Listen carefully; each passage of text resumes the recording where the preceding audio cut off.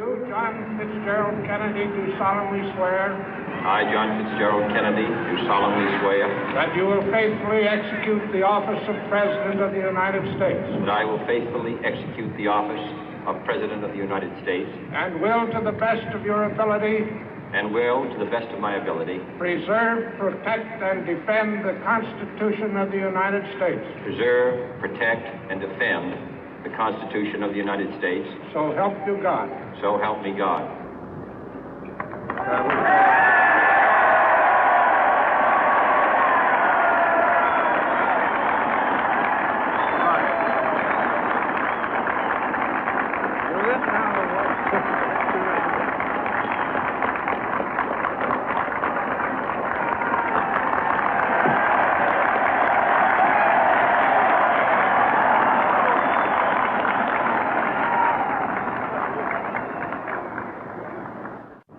Vice President Johnson, Mr. Speaker, Mr. Chief Justice, President Eisenhower, Vice President Nixon, President Truman, Reverend clergy, fellow citizens. We observe today not a victory of party, but a celebration of freedom, symbolizing an end as well as a beginning, signifying renewal as well as change.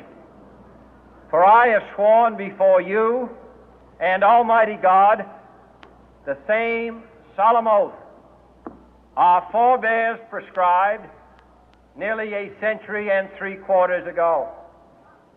The world is very different now, for man holds in his mortal hands the power to abolish all forms of human poverty and all forms of human life.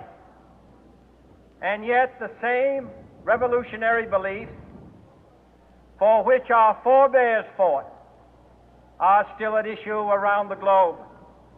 The belief that the rights of man come not from the generosity of the state, but from the hand of God. We dare not forget today that we are the heirs of that first revolution. Let the word go forth from this time and place to friend and foe alike that the torch has been passed to a new generation of Americans born in this century, tempered by war, disciplined by a hard and bitter peace, proud of our ancient heritage, and unwilling to witness or permit the slow undoing of those human rights to which this nation has always been committed and to which we are committed today at home and around the world.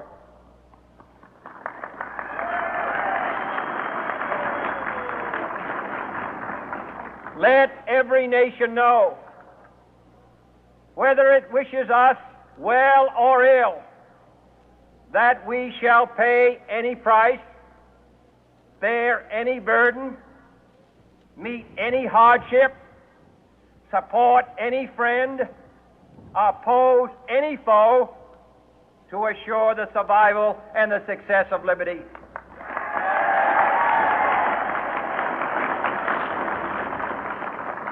This much we pledge and more.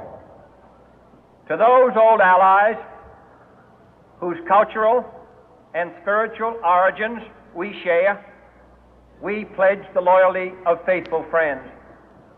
United, there is little we cannot do in a host of cooperative ventures.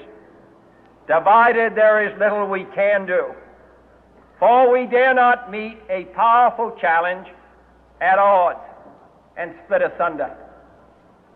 To those new states whom we welcome to the ranks of the free, we pledge our word that one form of colonial control shall not have passed away merely to be replaced by a far more iron tyranny. We shall not always expect to find them supporting our view, but we shall always hope to find them strongly supporting their own freedom, and to remember that in the past, those who foolishly sought power by riding the back of the tiger ended up inside.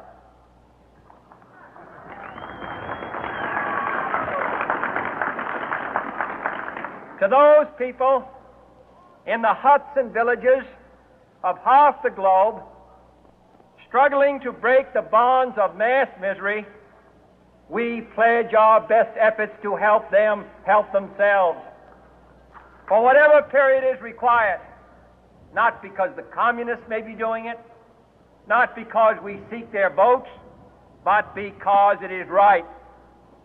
If a free society cannot help the many who are poor, it cannot save the few who are rich.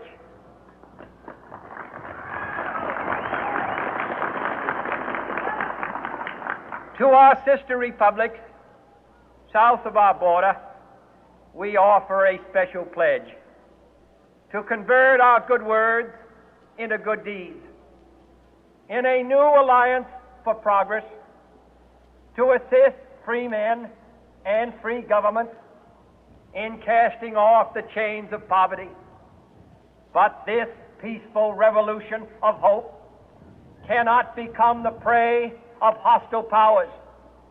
Let all our neighbors know that we shall join with them to oppose aggression or subversion anywhere in the Americas.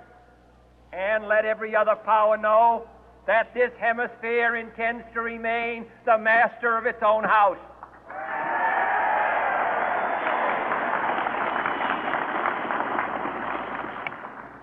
To that World Assembly of Sovereign States, the United Nations, our last best hope, in an age where the instruments of war have far outpaced the instruments of peace, we renew our pledge of support to prevent it from becoming merely a forum for invective, to strengthen its shield of the new and the weak, and to enlarge the area in which its writ may run.